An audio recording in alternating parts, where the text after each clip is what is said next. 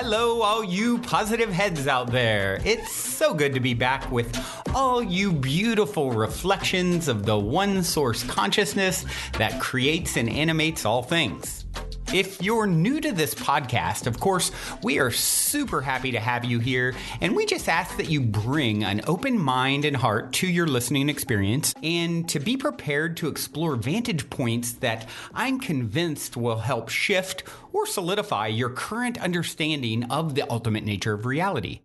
While listening, you'll be exposed to inspiring, empowering, and unifying perspectives that I'm highly confident will yield stellar results in your life if you opt to try them on for size.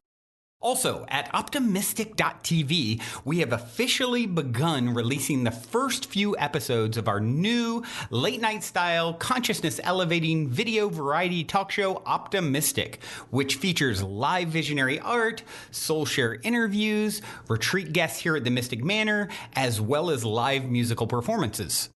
I'm also super excited to announce that we are currently making plans to release the rest of Season 1 on my personal favorite online streaming service. So stay tuned to optimistic.tv to follow the unfolding development of this exciting Optimistic expansion, as we'll be posting more info and release dates there soon. And in the meantime, be sure to check out, of course, the first few episodes at optimistic.tv as well.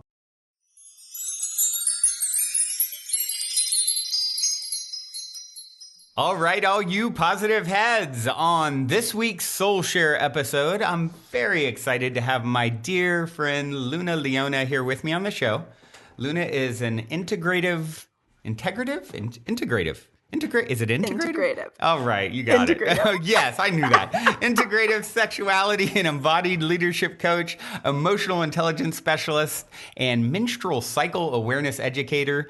And of course, that's thanks to taking a few of my master classes on the issue. Hey there, Leona. Welcome to the show. I want to get into those master classes. Yeah, well, they're very, very deeply profound and educational. So, being the expert that I am on menstrual cycles. I have no doubt you are a sage, a wise one. Thank you so much for having me, Brandon. Oh, it's so good to have you. Of course, luckily having a close friend on the show when I'm all of a sudden brain farting on how to pronounce a word, that works out nicely. I didn't even have to retake it. I can just screw it up and keep it in there. So you keep going. Just keep on keeping on. One day it'll all work out. Absolutely. The mess is part of the process, right? Yes, exactly.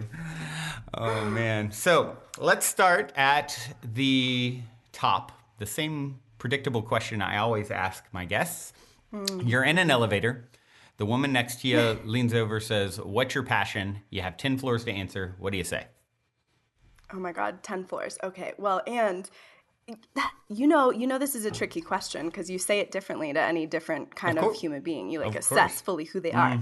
Anyways, I think I would say I'm passionate about helping people transform their inner relationship to their sexuality, their emotions, their body, as well as harnessing the raw power of their visionary mind to actually lead from a place of inner alignment.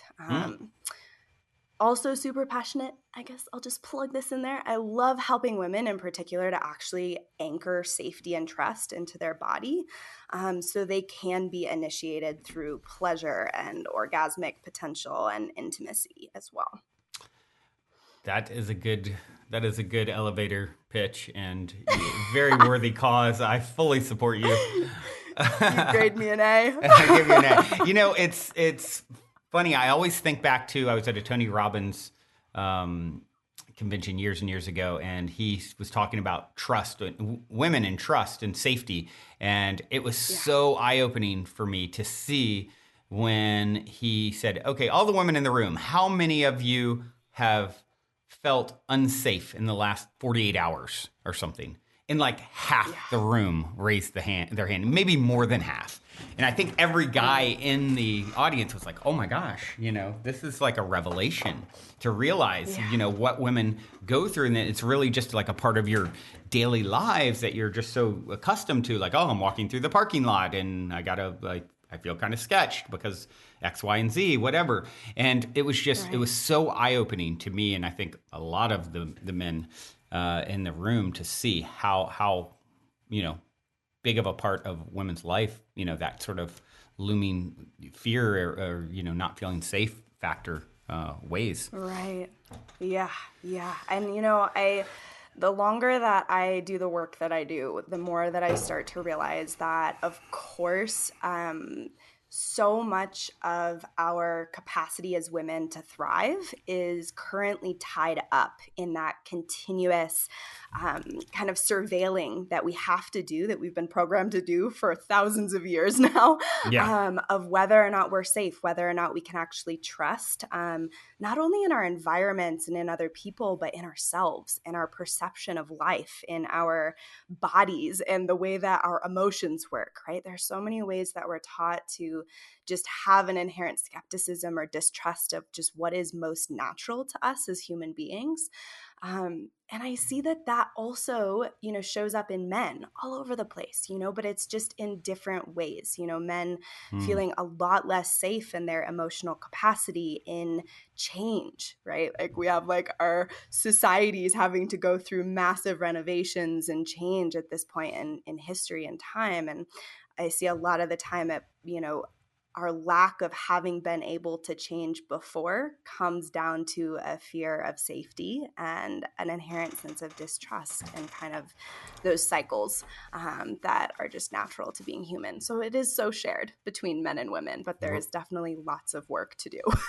Definitely lots of work to do. And I think a lot of that comes back to, really trusting, learning to, trust everything. As I said the other day on a show, trust the mystery.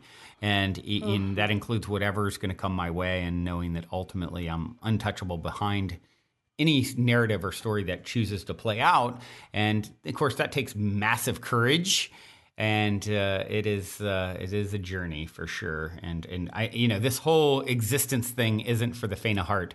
I think from one perspective, our higher self is like, yeah, whatever, I don't care. Like, I'm so untouchable. And to us, we're like this very, fragile version, extension of that energy. And finding the balance between the two perspectives is quite the dance. Absolutely. Yeah. And, of course, that's where kind of my fascination and long-term kind of study of tantra and embodiment work really comes in my experience is actually seeing how, we can have the awareness that our consciousness is ever present, that we are the one that is continuously experiencing everything that's changing, right? But in order to actually integrate that awareness into our foundational beliefs and our perception and our reactive patterns in life, in order to actually weave that all the way into our everyday, takes the deeper somatic work with the nervous system, so that the nervous system's not immediately responding to change from a place of fear or to anything in our reality from a place of immediate fear and contraction. And instead, there's a little bit more of breathing room for our conscious awareness to really enter the space and make whatever decision or speak or whatever it might be that is being called forward in that moment in deeper alignment with kind of our truth as a human. Beautiful. So well said. Well, let's dive into that more deeply here in a moment. I'd like to back up a little bit and hear a little bit about your backstory and how you ended up, on the path that you're on, doing the incredible work that you're doing, so that they all have, all the listeners have a little context. Yeah. Okay. Absolutely. That's beautiful. Well, I'll give you kind of the milestone version of my story because, of course, we don't have all day. But so I grew up in a military family with a Catholic lineage. So I kind of grew up, I would say it this way. My parents are incredibly kind-hearted, aware, to the best of their capacity. And they saw a lot of trauma and fear really paralyzing my lineage. My grandparents, like kind of going all the way back, they saw a whole kind of pervasive line of trauma that resulted from the fear-based version of Catholicism as a lineage and military perspective. And so I grew up both really, how do I say it? Impacted on a subtle level and on a big level by fear-based Catholic beliefs around God, around death, around sexuality, a woman's role in society and with her husband, kind of like the whole scope of where a lot of religions touch. Kind of, I grew up with that view. And I also grew up with a really deep fear and skepticism around spirituality, because I saw the level and depth of trauma in my family that resulted from that experience. So from that space, there's a lot of perfectionistic culture that came through. There was a lot of deep inner criticism, just kind of it rippled into every possible area of my life and my experience. And so then when I was, fast forward to when I was 18, about a week before I left for my freshman year of college, I lost one of my closest loved ones suddenly in a car accident. Oh, wow. And I was going to college like 6.5 hours away from anyone that I knew. I was like making a leap, and I arrived at this, college with this full force of grief that I had no idea how to cope with. Wow. And a sense of loneliness and deep confrontation with just the pure transience of life and kind of the heartbreaking reality of losing someone that was only 18. He was my age. Wow. And so it really pushed me into this space of, if I continue to believe that spirituality and life only have this very superficial and kind of cruel like depth to them, there's like, if I just continue to subscribe to what my parents' lineage subscribed to, I actually don't feel any will to kind of continue and reignite myself from the depth of this grief. But if I rewrite my relationship with life and spirituality and God, or the universe, if you will, maybe there's a reason to continue, right? And so maybe I can move through this. Maybe there's hope. And so for a long time, I was like an avid yoga and meditation practitioner. It kind of pulled me through that period of my life, as well as life coaches and things like that, that really supported me in basically breaking down, took me a long time, but breaking down the culture of like endless productivity, perfectionism, and like very strong anti-sexuality narratives that I grew up with. And I started to kind of realize many years down the line, and this was ironically after I had been studying the tradition of tantra for a long time, that I was so much more afraid of my pleasure and actually thriving as a woman because of lots of fears around safety and not being relatable. I mean, it just goes on and on.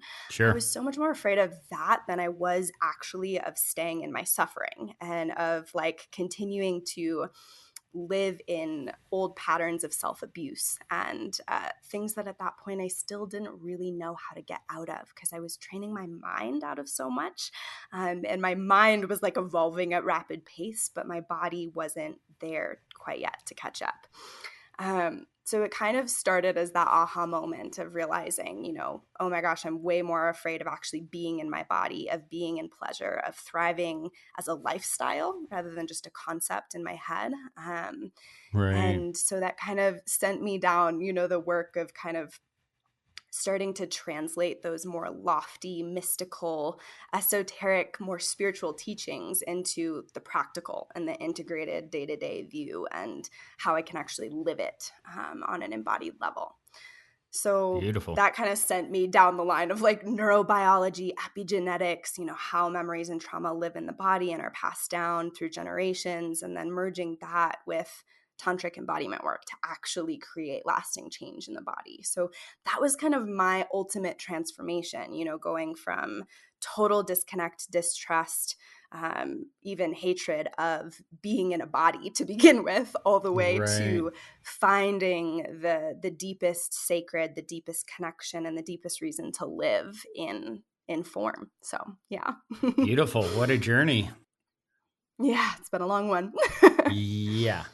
Have a feeling you have a lot still ahead of you as well. So, well, let's go a little bit further down what you found on that exploration then. So the work that you do, I think, is incredibly important, and it's been really, as your friend, and not everyone I have on the show do I know is intimately and personally as you. So it's been really cool to watch over the years as you continued to unfold and continued to grow and expand and start, just putting your message out there more and more and more.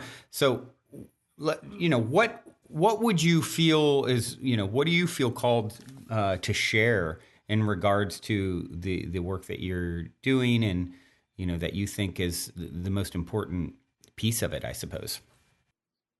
Oh my gosh. What a great question, and what a big question. Yeah, no pressure. Yeah. I'm going to just take it one breath at a time. Sure. So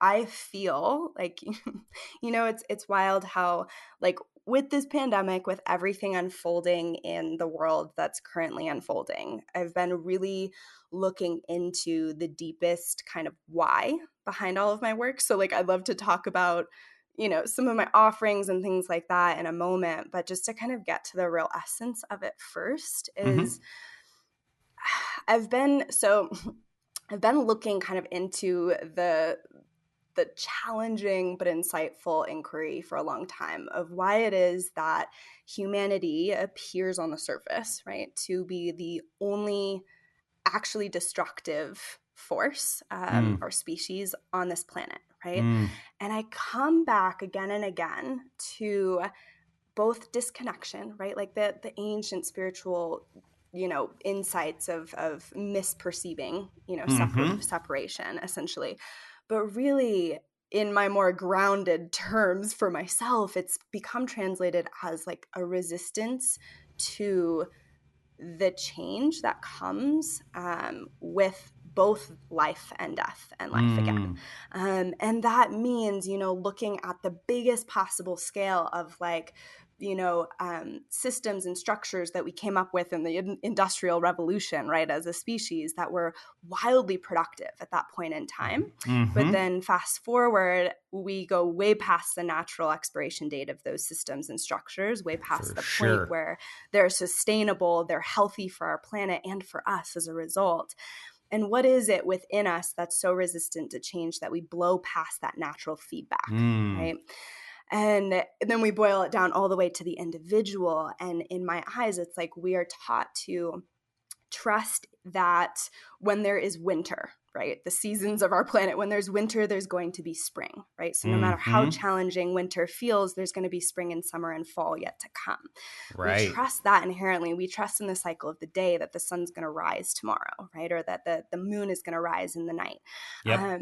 But in terms of our inner emotional climate, our experience inside on a sensation level as human beings, as well as our thoughts, right? We are so afraid, right, that everything that we experience is going to last forever, right? So like so many of the concepts of like negative emotions, negative thoughts, all of that, we make them negative because we're so afraid of them and we're so afraid that they're going to last for longer than we can deal with, like that kind of thing. And so kind of the deepest core, I think, of my work, and I just released a course called Orgasmic Womb, which essentially brings together tantric philosophy with women's menstrual cycle awareness and pleasure awakening practices. So kind of these three main pillars. And in that work, it's a perfect example in my eyes of how we are inherently cyclical beings. We experience the life, death, and life cycles over and over and over again, not just on, the yearly cycle of the seasons or the macrocosmic, this is my lifetime and my ultimate death experience, but on the day-to-day, moment-to-moment experience, we have all of those cycles.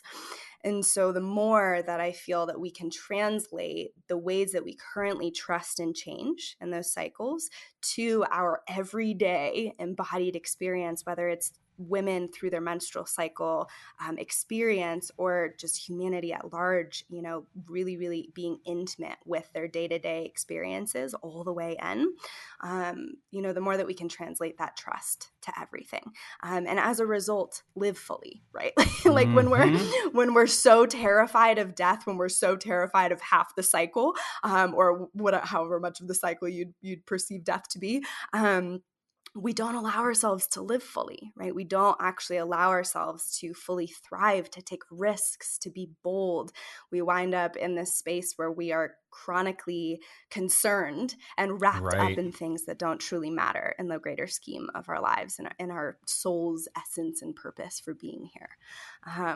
So yeah, that's, it's like the very big picture of kind of where I see orgasmic womb and my one-on-one coaching work, and just pretty much everything that I teach and guide is really, really about coming into deeper and deeper intimacy with everything that we experience as human beings. And of course, as a result, awakening to what is the highest sacred. Yeah. Beautiful, beautiful. Well, let's talk a little bit more about that then. So I know, this show has a lot of women listeners, actually more women listeners than men. So I know many of them's ears are perking up, when it comes to, although they've all had my master class in menstrual cycle awareness, I think they might be ready for a woman's perspective. So, what are some of the things, to go a little deeper down that rabbit hole, what are some of the things that as you're, guiding women through all of this, what are some of the things that you teach, or what are some of the takeaways from your teachings?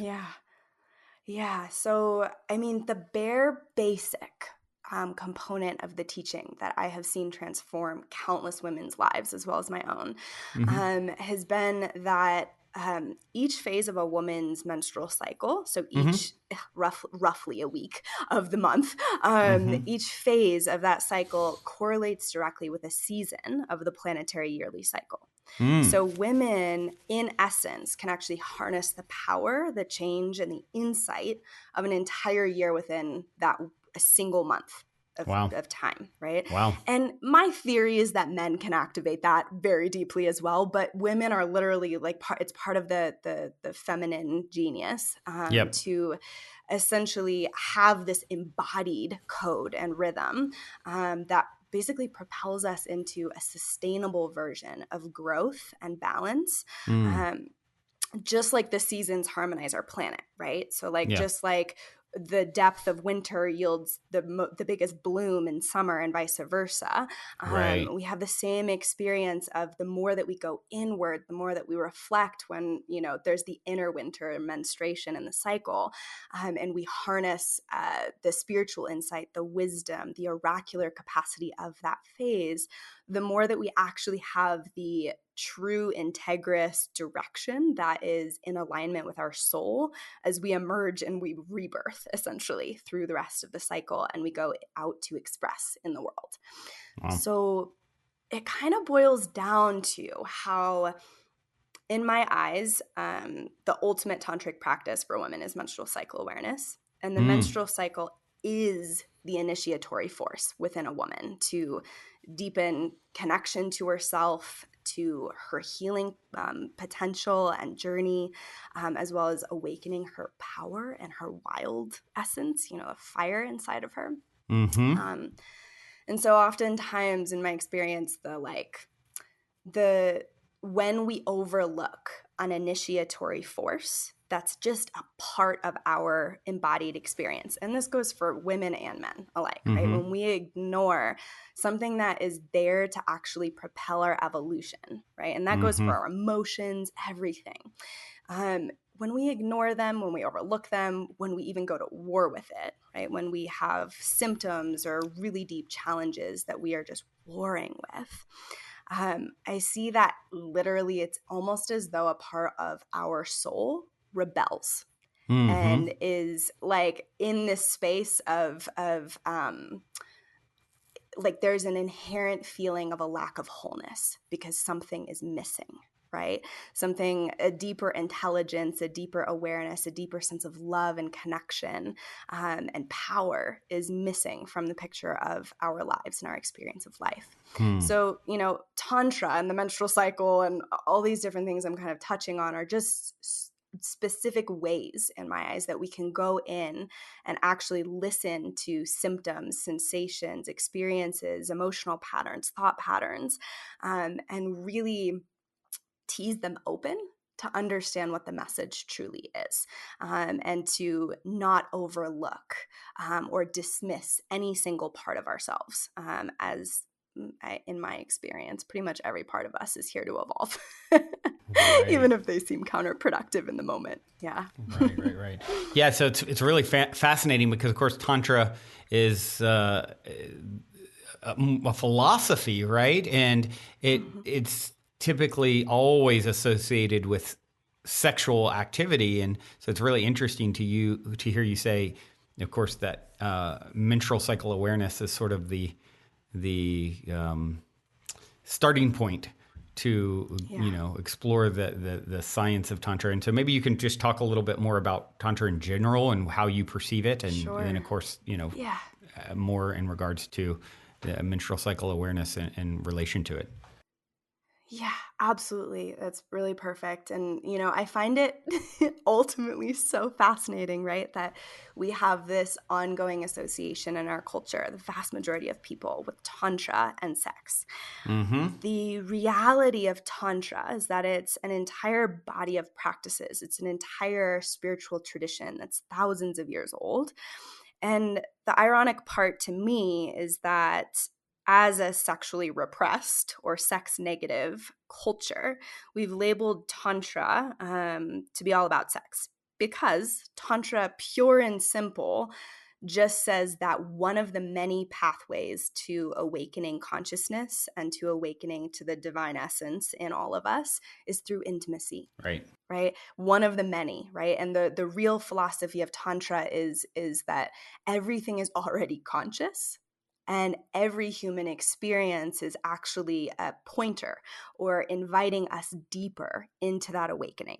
And so in my experience, Tantra is basically a body of practices that expand the natural bandwidth, not only of a person's consciousness, but of the body and the nervous system, to actually be present through the pulse, like the perceived polarity of like our most extensive pain and our most rapturous pleasure, right? So it's really a system that, in my experience, is very genius at supporting us to embrace the full spectrum of our human experience as a part and expression of divine will and consciousness. So yeah, really, really fascinating, right? How like it winds up translated as all about sex. I'm endlessly fascinated by that. Yeah, I first was really exposed to this with Osho, who wrote a book years ago called The Book of Secrets, I believe, if I recall. It's a huge book, and it's based off some Vedic text and these techniques for the science of awakening, if you will. And it was like, I forget how many techniques there are in there, a bunch, hundreds, if I recall. And it's like any one of these may work really, really well for you, and go through and explore. And, a handful of them are actually sexual centric, if you will. And I found that really, really fascinating. And of course, sex being an important element, and obviously, even getting into the whole pleasure awakening practices, I imagine ties into, I'm assuming you tie that into, spiritual awakening in some way. I mean, I've heard people, for example, talk about during orgasm. Think about manifesting what you want, right? And that was always a puzzling one for me, because it's like the last thing I want to think about is like, oh, I'm about to have an orgasm, and here's a new car. It's like it's not what's probably on my mind. So that one always baffled me a little bit. So the last thing I'm just not a guy who's that into cars. I know there's probably a lot of guys who orgasm thinking about a car, but I'm not one of them. So, I'd love to hear you speak about that whole phenomenon. Totally. Oh my gosh. Well, that gave me a lot of laughs. Yeah. So you imagine picturing like a really shitty car like in that moment, like, oh man. Oh no, mood killer. Wrong. No, truly, it's so true.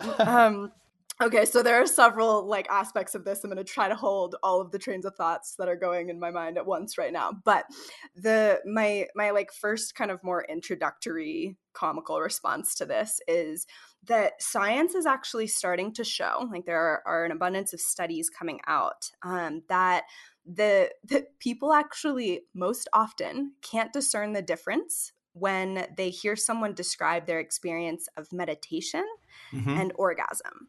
So I've heard several really genius people essentially describe sex as the active form of meditation and meditation as the still form of sex, essentially. Oh, wow. Of interesting. Connection.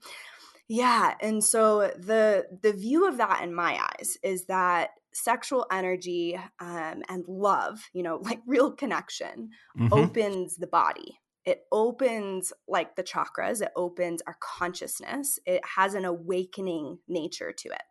And so when we're deep in those experiences with a beloved partner or something like that, we're like, in orgasmic bliss or whatever you want to call it.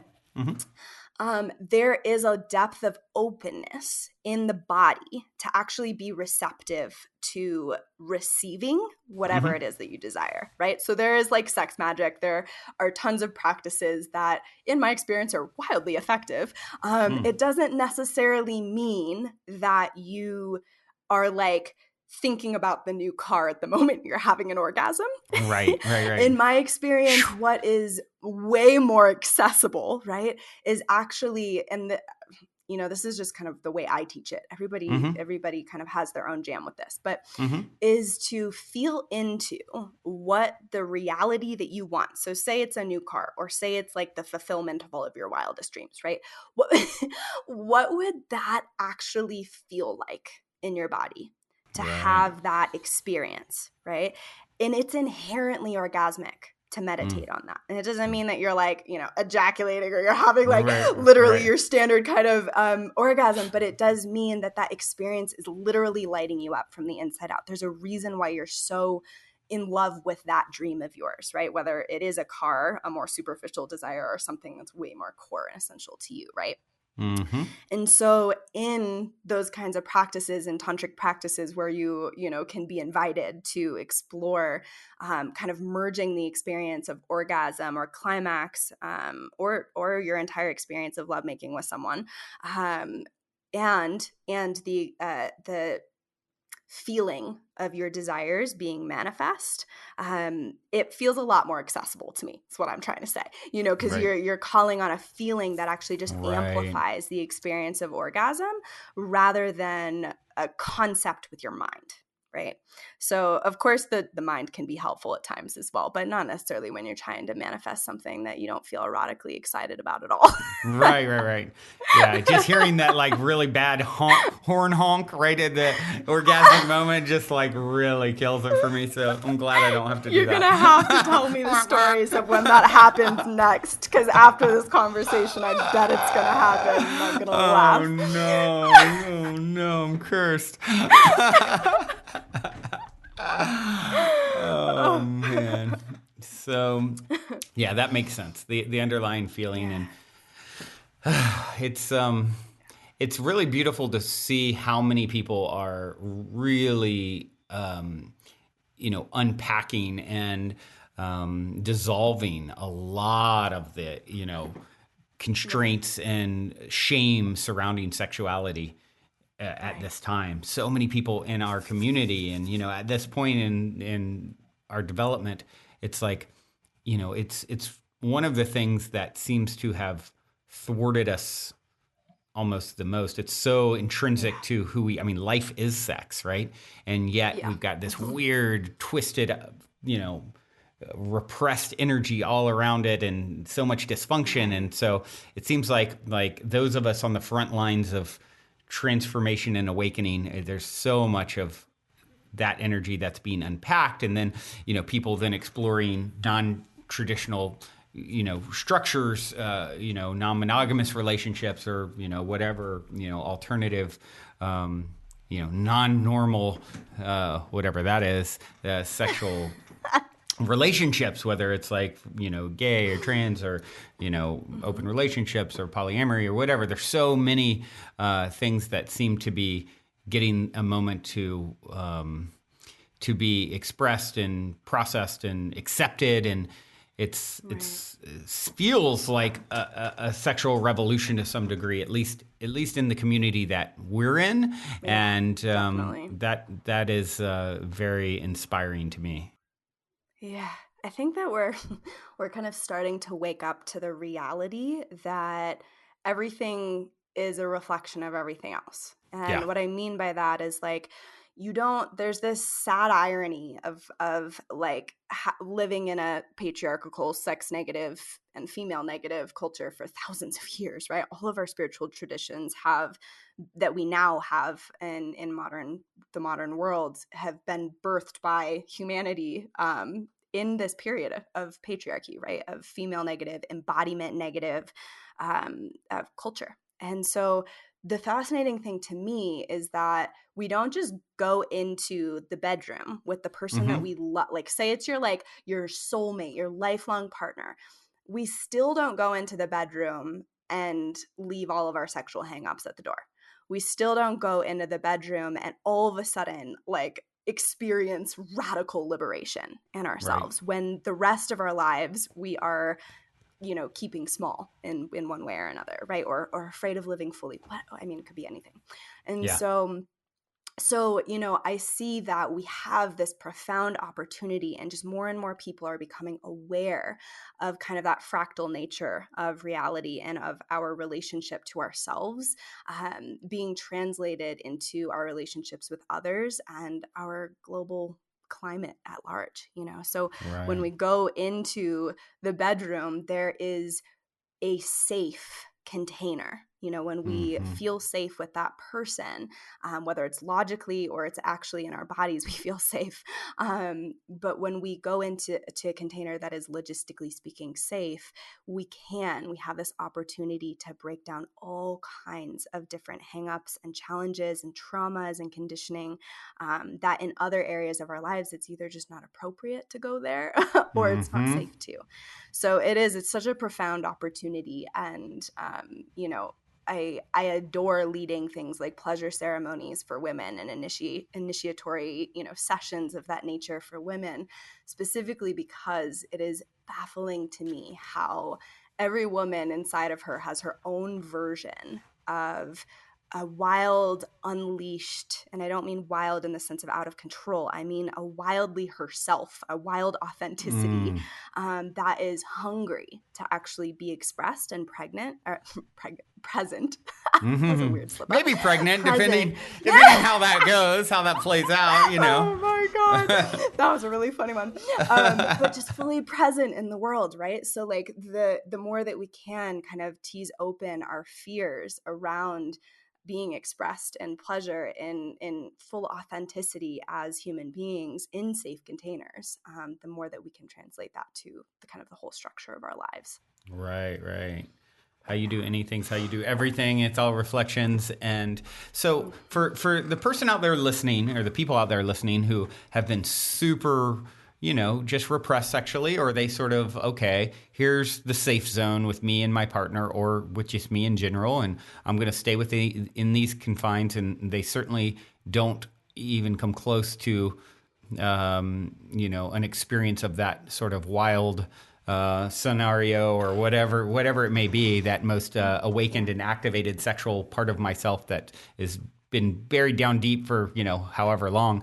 I mean, that's quite the thing, an invitation to get someone to say, hey, let's turn your gaze there, and how do we call this forward? And how, meanwhile, they've been in the same relationship for 10 years and it's very predictable, and their partner knows, and they haven't ever told them this, or told, what I've found is the most liberating thing to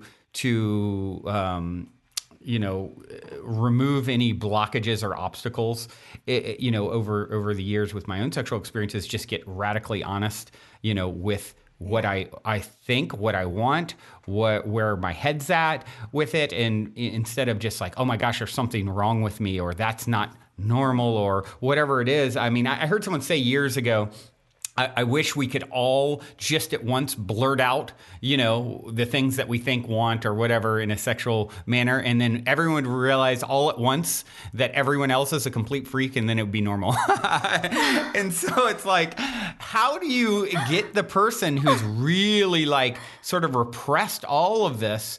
It's got to be people hearing this are like, oh my gosh, to some people it's very scary. If I tell my partner what I really think or what I really want, they might, it's going to damage their ego, or they might want to leave me, or, so what is your recommendation to someone to sort of start unpacking, when this is something that they packed away, put in the closet years ago, and really thought they'd never, even investigate again? Where do you begin? Right. Yeah. So you, in all of your glorious, incredible mind, in my eyes, just spoke to like a few steps down the line, in a sense of being really, really honest with a partner. Mm-hmm. In my experience, the first most fundamental piece is becoming honest with yourself. And the like you, and you did allude to that as well, just for full credit's sake. But that full sense of honesty with self first is so key to, and I don't mean just honesty about what you're desiring. I mean honesty about where you feel completely collapsed and challenged and in need of support. Right. And a view that I love to offer is, in all of my years of coaching, in all of my years of teaching, guiding, and in deep relationship with myself, I have never seen a single self-sabotaging or counterproductive habit or any part of ourselves that keeps us caged. I've never actually seen that truly exists when we really, really go into ourselves and actually listen to whatever that part might be. And that might be confusing. So let me kind of elaborate there. So when we actually go in and check in with the parts of ourselves that appear to be sabotaging intimacy, for example, or keeping us really, really knotted up and like tense and like really unfree in the bedroom, there is, without a doubt in my mind, some point in either your history, your parents' history, your grandparents' history, someone's history, where that was a necessary survival mechanism.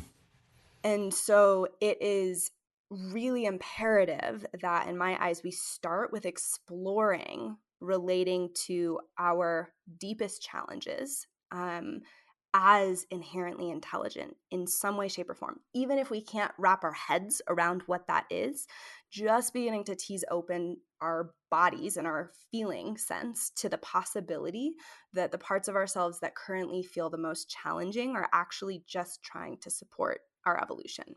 Right.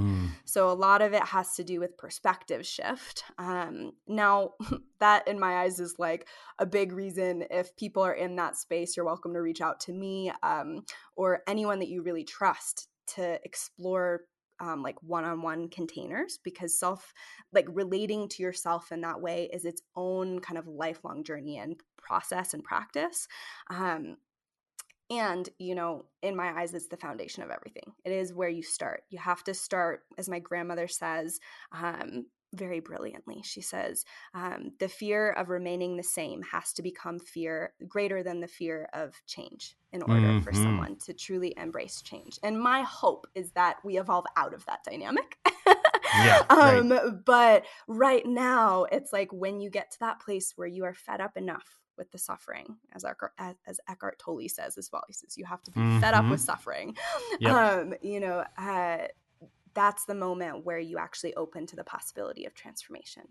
Yeah. So there's all of that, and of course I just would love to offer like foundational tools too, like even just being more present with your breath, whether you're in self-touch, self-pleasure, or you're with a partner, actually just deepening your breath. A lot of us hold on to our breath and hence remain really tense, really in our heads during intimacy. And so just taking that first step of like actually becoming aware of how we're breathing in our everyday lives and in intimacy can make a big difference in kind of revealing the deeper truths that need to kind of unfold. So, and of course there's lots more keys I could go into, but I'll leave it at that for this moment. Yeah, I love that.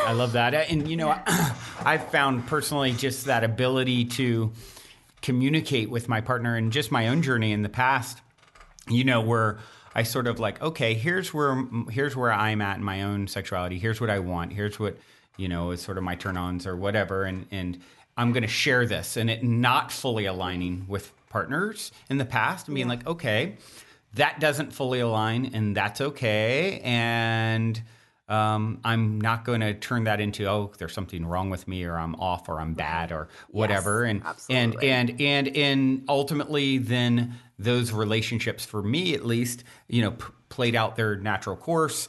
As with many relationships, it's a reason, a season, or a lifetime. A lot of times people think they got to last forever in order to be successful, when really all relationship, I believe, is about growth and coming together for growth. And when that opportunity has exhausted itself, a natural separation has occurred. So I found as I opened up and was just more and more authentic and not, repressing anything, and just, sharing as transparently and honestly and without as little emotional charge as possible. What's happened with me personally is then I sort of continued to, on my own journey, relationship journey, attract things that are a closer and closer match. Whereas now with my partner currently, I mean, it's so aligned. There's zero like issue of like, oh, well, that doesn't align for me. It's like, so ultimately I've been on this journey where I the more honest I got, the more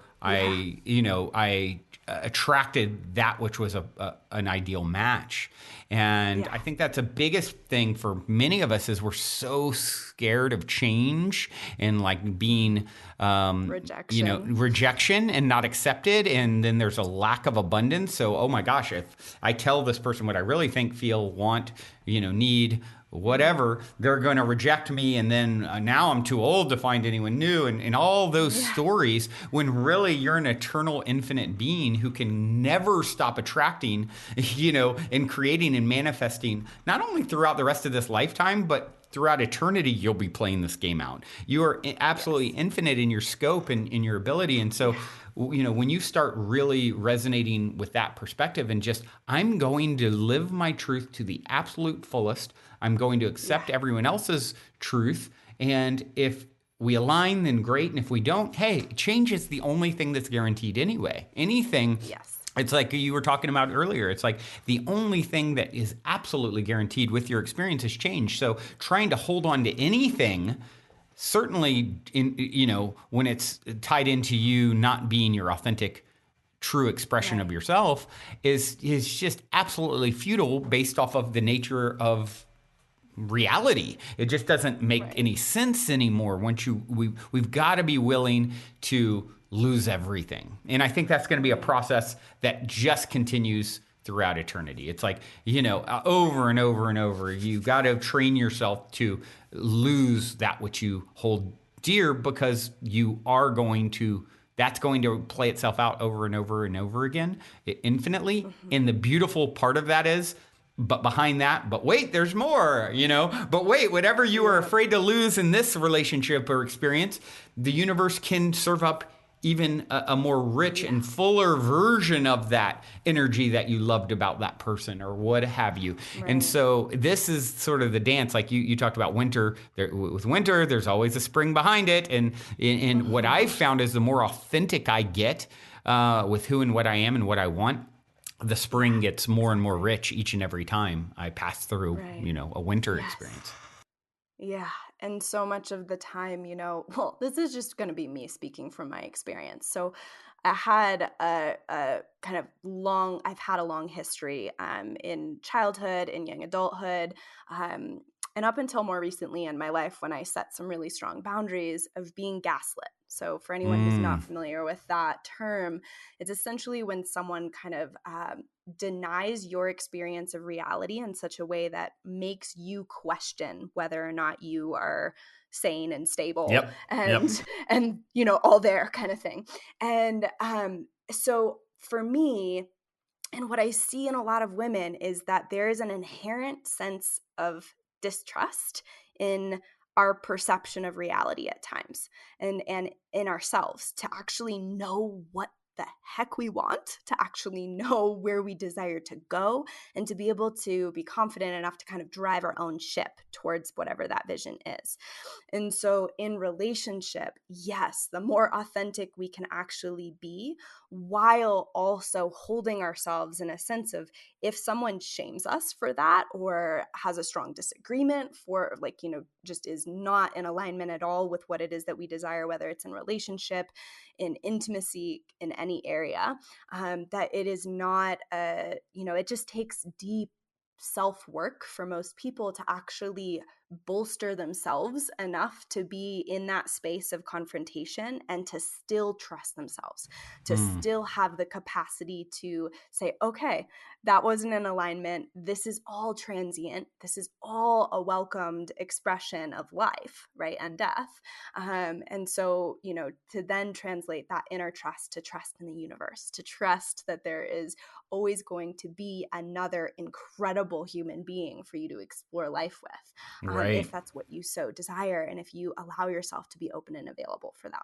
So yeah, I couldn't agree with you more on all fronts. Authenticity is the core of everything, and of course that has to start with self and then translate to our intimate partners. Yeah, it's demanded. If you want the life of your dreams, it is demanded that you get more and more authentic and just be yourself fully, and in whatever that brings. And it may very well lead to disruption for some period of time, or recalibration, upheaval, and all of that is, and then, okay, I embrace it, I embrace it and know that this is like a restructuring that's happening for me. And sometimes, something old needs to pass away for something new to be born, and I get that, and I better get really intimate with myself, because at the end of the day, I think that's the thing that really fuels me a lot too when I think of partnership or being alone or any of those things.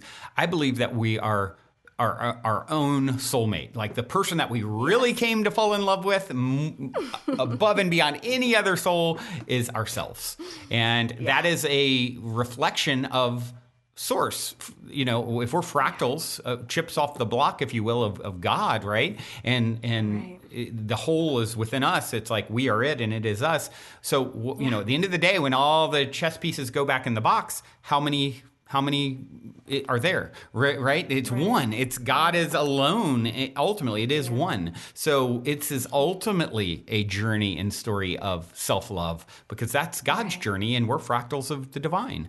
So, get used to it. And it's really a beautiful thing to think of, like, oh, all of this has led me back to falling in love with myself, and at times there's going to be manifestations of quote unquote other that I've created so I can have that experience, and that's cute and sweet and beautiful and lovely. And behind that, there's only one of me, dancing with myself.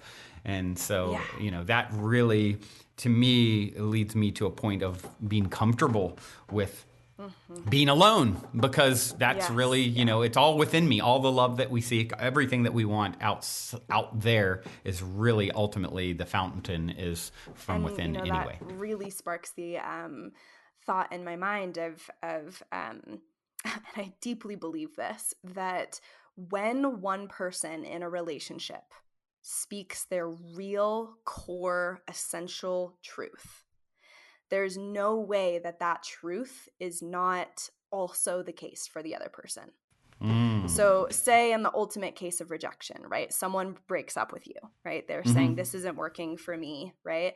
The reality is they're saying for you as well, this is not working for you either. This is not in alignment for you.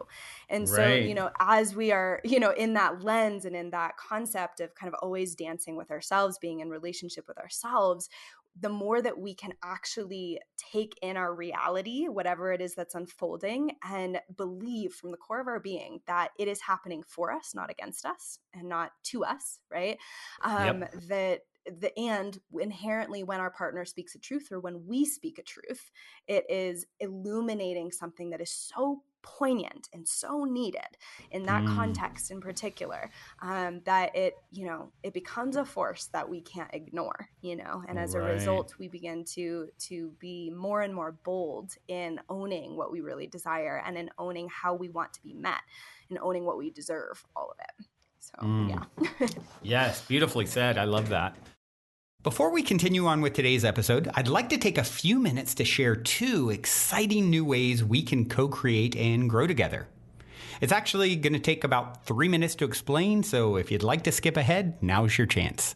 One of the ways, for the first time ever, I'm going to be offering a few select slots for life activation sessions where I go deep with a few select people one-on-one to explore how we can put our heads together to upgrade you to the next greatest and grandest version of yourself.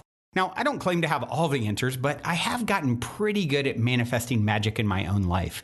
And I feel strongly that I can help you do the same in your own life if you are truly committed to working with me and following my lead to help you get there.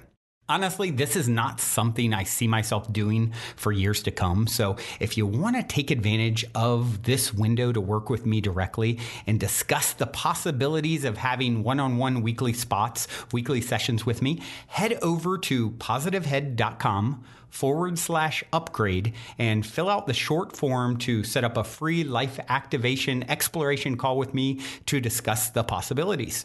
The other way is you can now grow and play alongside me and a plethora of other holistic healers, powerful coaches, and wonderful workshop facilitators via the new virtual community we have created over at optimistic.tv. Unlike the in-person retreats we've hosted over the last year here at the Mystic Manor, our new online retreat membership program is super accessible to each and every one of you from both a physical location and a cost perspective standpoint.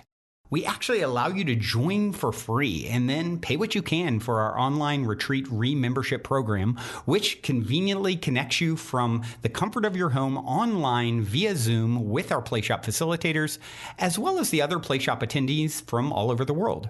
Our online retreat playshops are available to you twice a day, 7 days a week. And we let you pay what you can because we don't want money to get in the way of you co-creating with us. Our ever-expanding stellar offerings include live-streamed playshops on Zoom, such as authentic relating, guided meditations, breathwork, with influencer Q&As, soul expression, sensual awakening, tarot, magic movement, sound healing, and much, much more. And we're going to be constantly collaborating with new healers and facilitators so that you continue to regularly get fresh Playshop offerings, many of who are SoulShare guests on this podcast. So if you want to deepen your transformational journey with us beyond this podcast, just head over to optimistic.tv to sign up and pay what you can to join in all the Playshop magic with us. It's even free right out of the gate. And otherwise, see you soon on Zoom here at the Mystic Manor. Here we grow.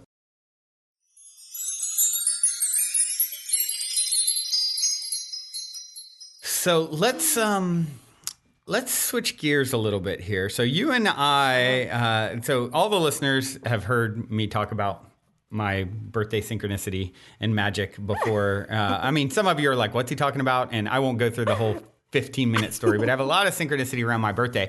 And when you and I met, It was, I started telling you it probably, I don't know, 30 minutes into us even knowing each other. And then someone walked in the room and I started the story over and they're like, oh, perfect. It's about your birthday. That's July 28th. Oh, that's my birthday too. And, and it just, and then from there you ended up, I told you my whole story. And then, months and months later, you post a picture with your new partner who's a part of my story who has my birthday.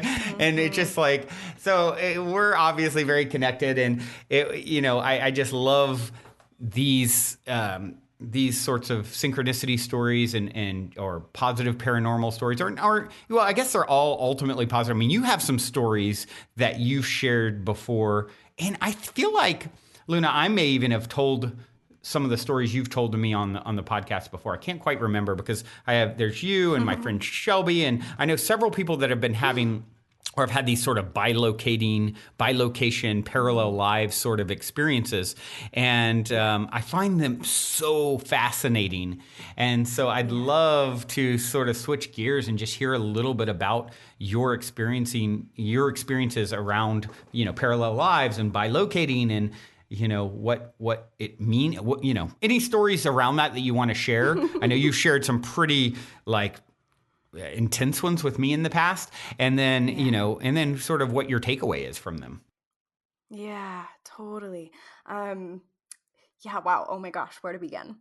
Yeah, I know that was a lot. No, it's perfect. It's a very direct question. It's just like which story? Yeah. Where do I go? So yeah, all of them. So you're like, give them to me, Luna. Yeah.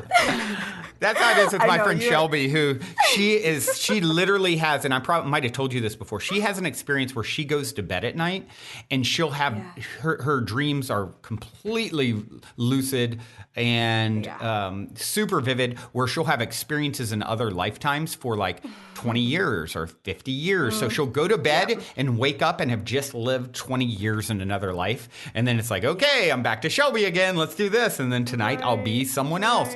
And it's like, and she's like, Brandon, I can tell you, details about these lives. Like it's very, very real for me. It's real as any of this. And I'm just, and she kind of has that energy of like, and I'm tired. I just want to be in one place. It's kind of, you can see it and feel it on her even, that it's like so much for her to constantly process. So.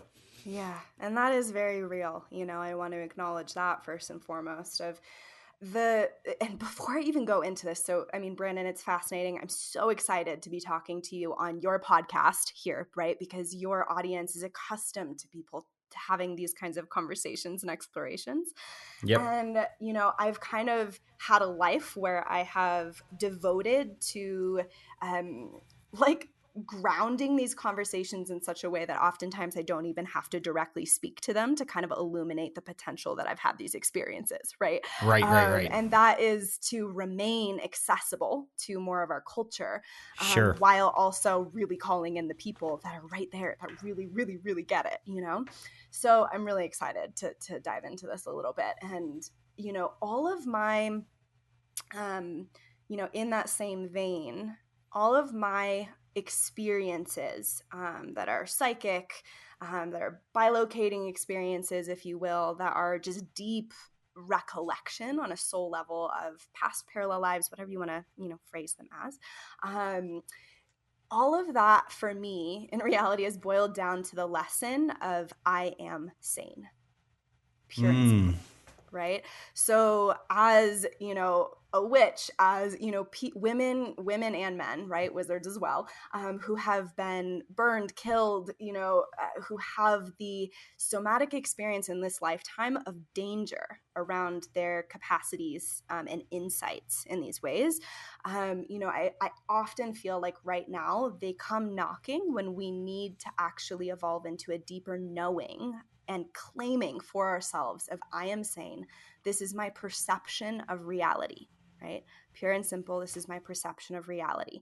And I stand by myself, as this is one aspect of truth, one of the, billions of aspects of truth on this planet at this moment in time, So yeah, so that the first, I'm trying to think, there was actually the first time that I did have a full, actually, that's not true either. I'm just tracing my history all the way back.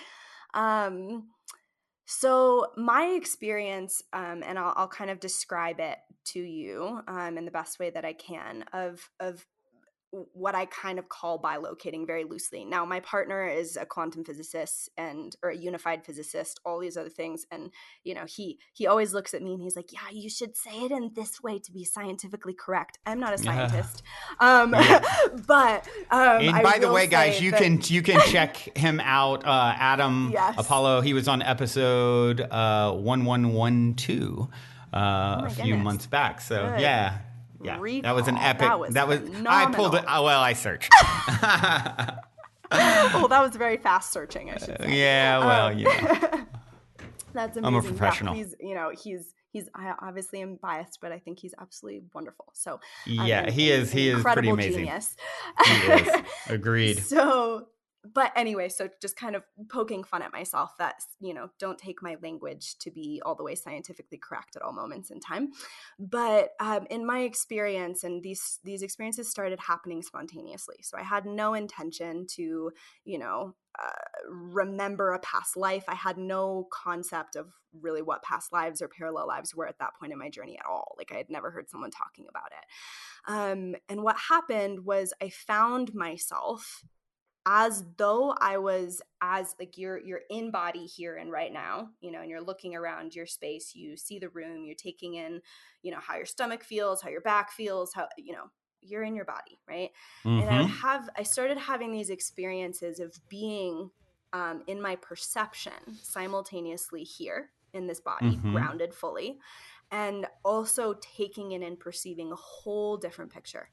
And it was so vivid that it took me a bit of time to actually feel stabilized and grounded in having those experiences.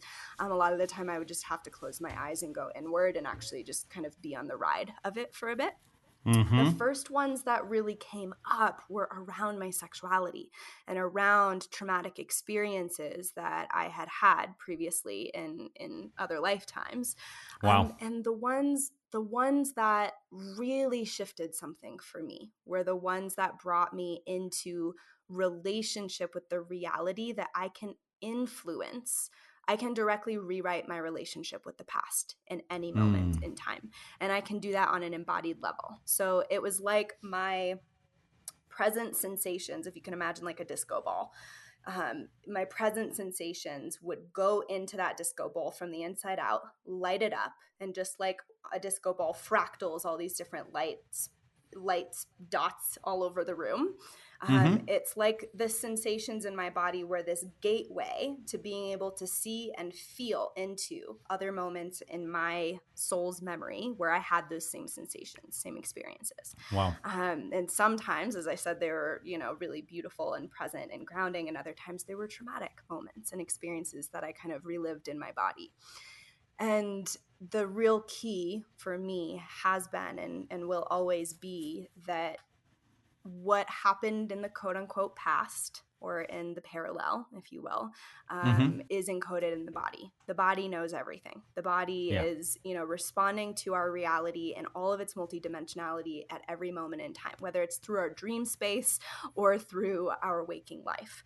And so those experiences for me were a deep reconciliation of what my body knew to be true, that my mind couldn't quite wrap around, and that allowed me to feel a sense of trust and knowing that life continues, that I can actually directly impact the resiliency of who I am as a being and the mission that I hold by being present with those experiences from the past, from the future, wherever it is that I'm perceiving myself to be at the same time. So I kind of went big there. I'm happy to go into like a specific story if you would like. Yeah, no, I love that. That's a great sort of precursor to a specific story or stories that you feel compelled to share. Yeah. Okay, let me think into this one. Which one's asking to be shared right now? Okay, so I'll actually share a story of a past partner that I had. he and I were together in this lifetime. He's now a very, very, very dear friend of mine. But, we had a parallel life that I recalled with him in ancient Egypt. Oh, wow. And so we were kind of having a day in. The experience was like he was playing the guitar, we were just hanging out, relaxed in kind of ceremony space with each other. And in Egypt. No, in this lifetime. Oh, gotcha. Okay, I'm like, hold on. Okay. Yeah, so very, very casual, right? Again, I wasn't looking for it. I wasn't like going hunting for these memories kind of thing. And I found myself in an experience where I was in this very, very small home. And I could describe it to you in great detail. And I was standing in the kitchen, and there was a child asleep on the bed. And it was in the middle of the night. There's a fire lit. I was standing in the kitchen, and I had my hand on the counter, as it was back then. And I had the experience as I was looking at my partner in this lifetime of realizing in that moment that he was kind of almost like the what the modern day would call like an archaeologist. He would go out into the desert and discover artifacts and ruins and stuff. Cool. And he had gone out like months earlier. And I felt the moment come into my body of realizing that he had died and that he was not coming back. Wow. And that I was there in this home with this child, right? Wow. And I'm, having that experience at the same time as I'm looking at him, right? Wow. In this life. So it's the same guy, same partner. Yes. Yeah. Wow. Yeah. And it was just, it's one of those things that you can't wrap your head around necessarily. It's literally a soul recognition. You have to have the experience to understand it, right?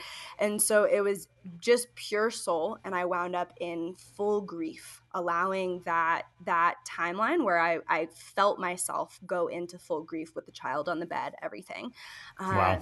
And I felt myself actually kind of transmute a sense of resiliency into that timeline of like, you keep going from here. Wow. Right? Like, this is the deepest grief that at this point in your life.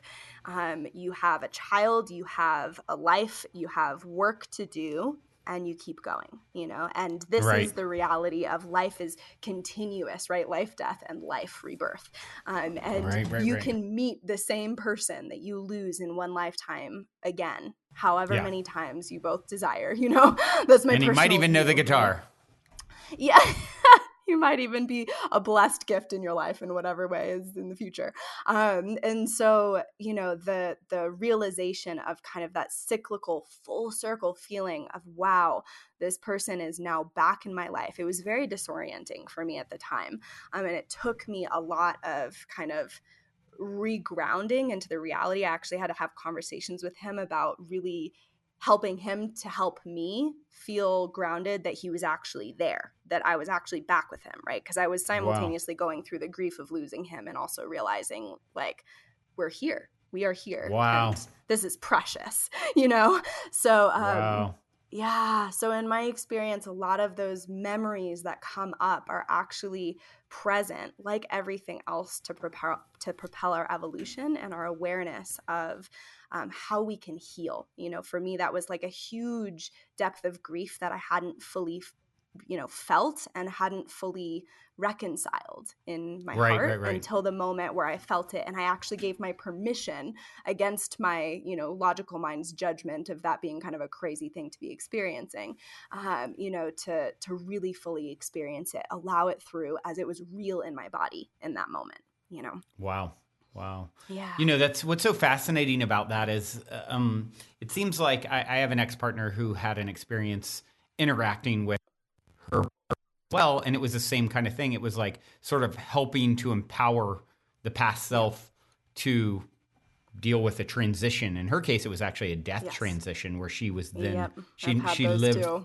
Oh, really? Wow. Well, she lived through like certain parts of her life, and then when the former her passed, she was there waiting for her to help her make her transition more smoothly, and which changed the trajectory of that transition because of the perspective that her future self was able to share with her past self.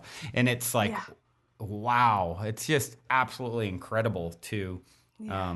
to realize that, we can, like you said, change the past by, Hmm. bringing, a different perspective and awareness to it from here.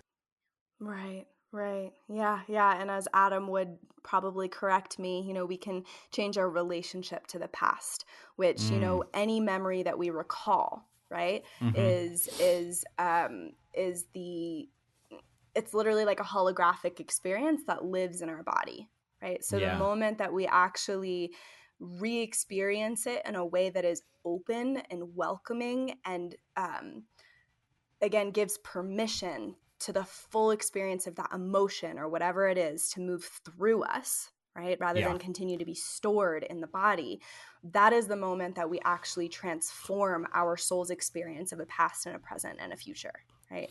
Wow. So it's in my experience, it's like emotions are like any emotion, any experience can either be wildly positive, even the most like quote unquote negative emotions like anger or grief, Mm-hmm. can be wildly positive experiences, and very, very enlivening to the soul if we allow them to move through us, right? Any Mm, emotion, even pleasure and joy, becomes toxic to the body when it's held onto, when it's actually right. stored as a Right. concrete either need or aversion in the body. Yeah.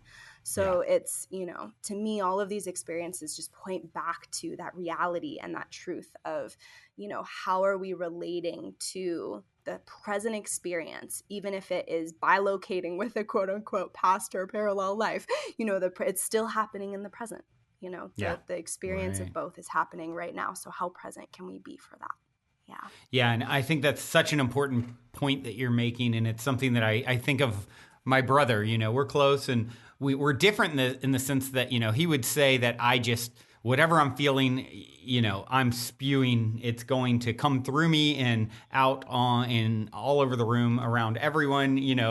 For good or for bad. It's like I'm not holding things. Whereas Yeah. and we had an experience together where we had some betrayal, you would say, from a certain perspective Yeah. with past business partners. Whereas I really allow it to flow through me and move on. And, Yeah. this happened as a gift ultimately and let it go. Whereas, holding on to anger or something like that, it's my big concern with him. It's like, look, that is like toxic to your body. Yeah. Forgive people, not Totally. for them, for you, and Right. it's really important to let these emotions, you know, travel and move, and they're not Right. meant to just be stuck inside of Right. you. And so Yeah. I think that's such an important point for anyone out there who's holding anger or Yeah. grief or any of that. Let it move through you. It's supposed to flow Yeah. through you. That's part of Right. what you signed up for, Right. and once And you for can all start to the, understand that. for all the deeper feelers out there as well, I get the question a lot from clients and from students across the whole board of, you know, it kind of boils down to there are contexts where it is safe, even beneficial, as you're describing, and even relationship contexts, right, where it's safe and beneficial to have really, really hard stuff move through, Mm, right? yeah. And there are other contexts, for example, if you work a 9 to 5, where you don't really want to have to move through an emotion in its full scale and scope in that Right. context. So I get the question a lot of like, how can I mediate that challenge, and also with sensitivity, right? Like how am I empowered through that depth of sensitivity? And in my experience, it's always about an inner conversation. So if there's an emotion that you feel you need to let fully move through you, you Mm-hmm. actually, and you're not in a context where it's safe or okay, you actually can have the inner conversation with that emotion and actually say, hey, and put your hand on your chest and say, I feel you. And this is not the appropriate time. I promise to Mm, come back to this experience when it is safe and okay for me to do so. And you mm, really, you build an inner relationship of trust and integrity when, however long later, maybe it's later that day, maybe it's a few days later, you actually carve out the time and the space to let yourself fully go there. And right. maybe the experience has passed. Maybe it's genuinely not super alive in your body anymore. And maybe the second that you turn towards it, when you are in a safe space to let it feel, to feel it fully, it erupts, right? It moves all the way through. And so, you know, we're naturally intelligent by nature, you know, and so it never harms anybody to have that inner conversation, right? Because that does not solidify an emotion in the body. Like that is just the grounds for deeper self-relationship and integrity internally. So yeah, just want to kind of portray that as well, that, you know, that there are, you know, emotions are not these wild things that we have to constantly feel and move necessarily, but rather it can be really integrative and a part of our leadership. You know, it's a big part of embodied leadership, which I coach around as well. So beautiful. So yeah, very, very well said. Thank you for that. So absolutely. With your experiences, I'm curious, you know, and I don't think this is something we've ever talked about. So you've had quite a few bilocating experiences. Are they something that are happening? How regularly do they happen with you, and are they increasing? You know, as you sort of grow and expand and ascend, like, you know, is this something that's happened a handful of times, or it's happening daily, or where are you at with this? I find that I'm laughing because the precious curiosity of like, does it happen more and more? I like hear as like, where are you right now? and at the same time, like other people are like, can I handle this? Is this just never going to end as soon as I open the box, you know? Right, exactly.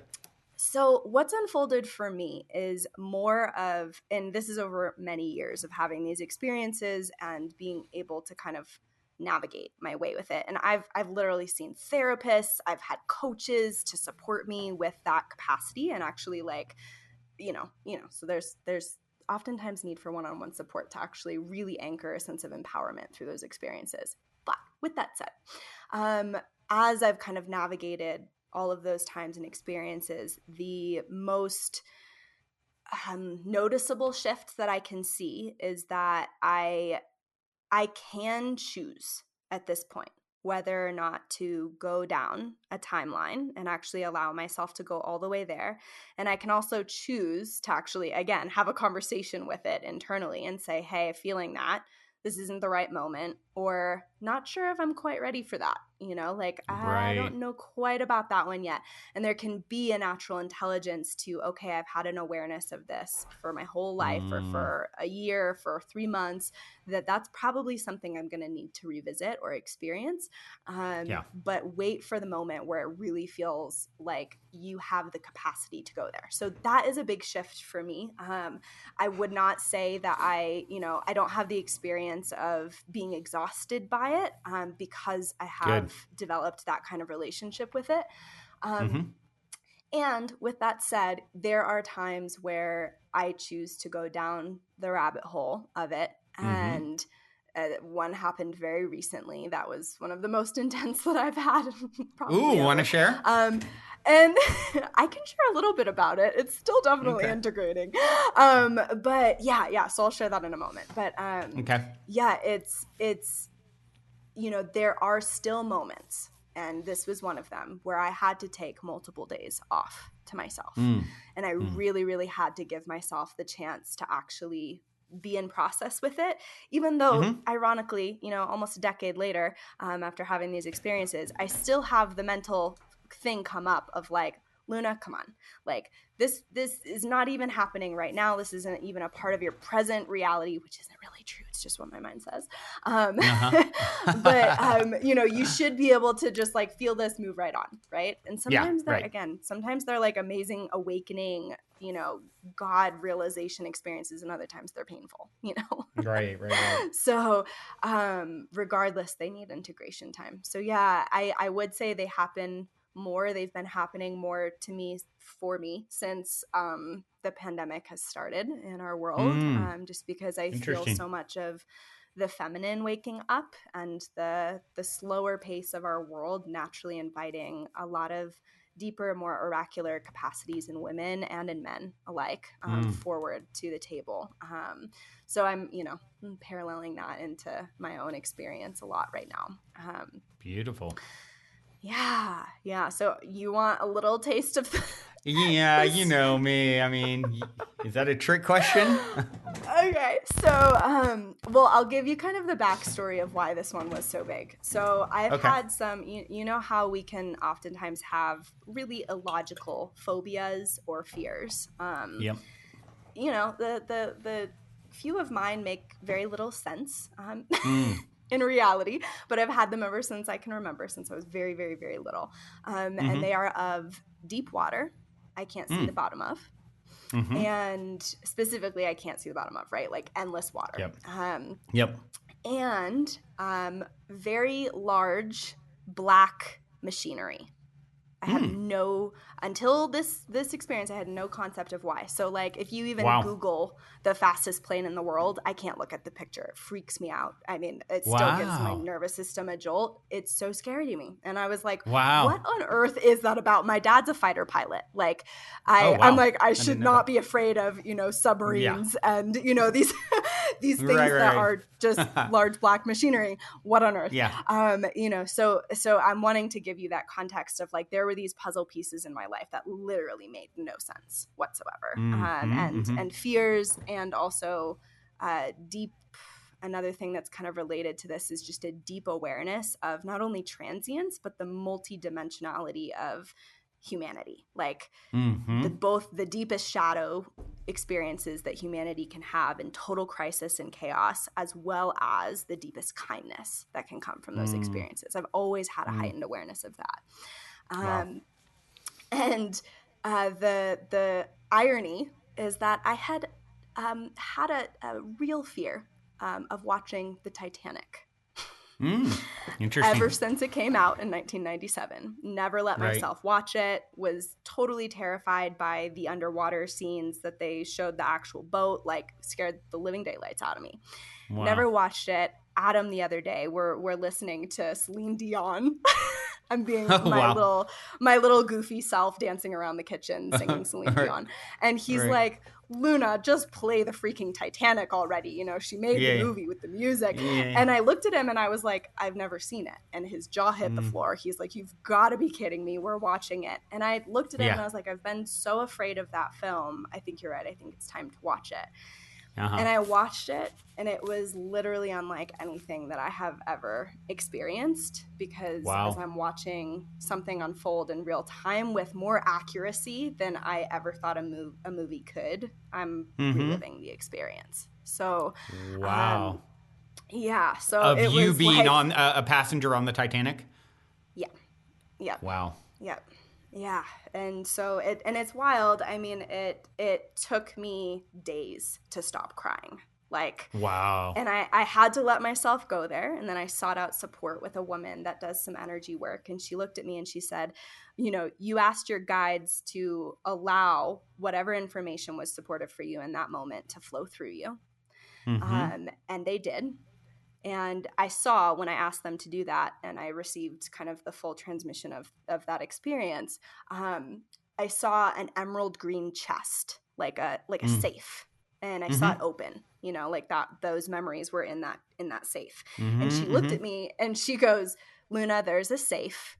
And she didn't know about this. She goes, Luna, there's a safe. It's open. You need to close it. And I just was like, okay, you know, like once you've lived these kinds of things enough, you're like, all right, sure. Okay. Got it. Yep. You're really tapped in, you know it. So I go and I journey into that space. I close the safe. I do some, you know, like inner kind of ceremony, let myself feel the experience of kind of closing the impact of that lifetime on my present experience. And within a few hours, I felt fully and completely cleared. So it kind of allowed for me to kind of harness and understand aspects of myself that otherwise made no sense logically. Yeah. And that goes for like big, deep spiritual wisdom that I walk with, you know, like literally kind of the metaphor of the sinking ship and watching a large black belly of a boat go under the water, and literally, you know, being swallowed by the ultimate feminine presence, the complete surrender to the power of the ocean, Like some of the deepest wisdom I walk with comes from that moment in my soul's history. And I could have gone my whole life without knowing that. I could have gone my whole life, and lots of people do, and that's completely okay. But for me, it was very, very valuable for me to have the insight and understanding of like, oh, endless puzzle pieces clicking in my experience. And I could go on and on, but I'll leave it at that. Those are the main. Yeah, were you given like, were you were seeing like the journey very like detailed, or was it sort of, broad strokes, or? Very detailed, but at the same time in shock. So when something like that is happening, it literally feels like it is such a magnitude of shock that there's an inherent feeling to it. I mean, anybody who's had the experience of trauma or shock, it just gets that, right? And so the experience of reliving it was exactly that way. And it was literally like I went into full shock feeling it again. And it was like, okay, I have to, and it was, it was actually a lot more shock and processing and digesting shock than it was grief in reality for me, and feeling that. So yeah, it was a lot of detail. I could tell you that the whole progression of what unfolded for me. I also got the insight to look up the list of names of people that were there, and I did find exactly the correct name. So yeah. What a trip! So you got the name, and then you looked it up, and you found the name. So I literally opened the roster of people, and due to different experiences that I had, I was looking for really specific criteria. So I had a partner, and I wound up with an 8-year-old boy, right, that I wasn't related to. So I literally went through looking for people who were my age and who were that boy's age. And I was looking for me with a partner, right? So there were like lots of really specific criteria. Ironically, it took me a while to find the name. And as soon as I found it, it was, lightning jolt of recognition. So yeah, really, really fascinating. And you did not survive the crash, or you did? Okay, gotcha. No. Yeah. Wow. Yeah. So that was a deep one, and just a deep journey, to experience. But yeah, again, I will just highlight that, oh my God, the amount of gifts, like how gifted I felt in actually receiving that. And that's something for anybody out there who actually is genuinely this sensitive as well, and has experiences that are both challenging and exquisitely beautiful. It's, in my eyes, it is such a profound gift to be able to feel that deeply, to be able to be that present with life, and with whatever your own unique perception of life is. So, I feel very, very, very blessed, even though it was an intense experience to have at the time, and to re-experience that. Yeah, it's definitely blown open some really profound and beautiful insights for me, and also a lot more boldness, Brandon, I would say. Like it's actually, those kinds of memories are making me feel as though I'm a lot more bold in my work and in directness, and in really kind of claiming, how I'm really here. Like it's like a waste no time kind of energy. It's like, okay, if I'm going to really, really claim why I'm here because I've done this enough times, who do I really want to serve? Who do I most benefit by offering myself to? And let's just get to the point. Right. So, yeah. What a powerful example too of the other end of, we often hear the idea of like, oh, okay, this trauma or hardship or whatever is happening for us, not to us, and one day it's going to all make sense and empower us and serve us, right? And so that sometimes can seem like, yeah, we'll see, right? Yeah, right. Okay, great future self or whatever. Soul, I'm glad that you're, growing from this. I'm going to suffer. And then you turn around and, it's the other side of that where, in the physical, you integrate this, horrific event, right? And as a result of it, you're actually empowered in this life. So it's really powerful to know that, there's a silver lining in a sense that makes it worth it. Yeah. Oh gosh, yeah. And I mean it's just another iteration and fractal expression of life and death and life again. And how, like, looping all the way back to the beginning of our conversation, how the more that we can be present with the day-to-day moments of life and death, of an emotion, a thought, a sensation, anything that we experience in our bodies, it's the same exact thing. When we zoom Yeah. all the way out and we go all the way out to like the soul program, the soul blueprint, the soul experience of maybe many lifetimes. If you have no belief in that, great. That's part of your experience at this point in time as well, to just not have any belief in that. Beautiful, Right, but the zooming all the way out for those of us who it is relevant for at this point in time gives us a whole nother view of how life goes on, truly. Like, oh my God, I just cued Celine Dion. That's amazing. Oh, did not intend that one. My work here is done. Oh my gosh, that's too good. It's so good. Oh, wow. Well, with that being said, Leona, what is the best way for people to find you, to follow you, to connect with you? Oh my God! Wow. Okay, gotta come That's off that so giggle good. fest. That's so good. I'm normally not that clever. I mean, I am, but Anyways, yeah. So you can find me at lunaleona.com. I have multiple coaching, one-on-one coaching offerings there, as well as Orgasmic Womb, my online course, and a micro version of Orgasmic Womb called Wild Cycle. So you can explore all my different offerings at my website, lunaleona.com. Cool. I'm also on Instagram. That's where I post most regularly. It's at taste tantra, taste of tantra. Cool. Yeah, and I would be delighted as well if anybody, hearing this is desiring one-on-one work, or to dive into what we explored Orgasmic Womb has to offer, then please, you're welcome to reach out to me directly, whether it's through Instagram or through the contact form on my website. And I would be so happy to offer you a little gift, a discount, or beautiful. This is soul family.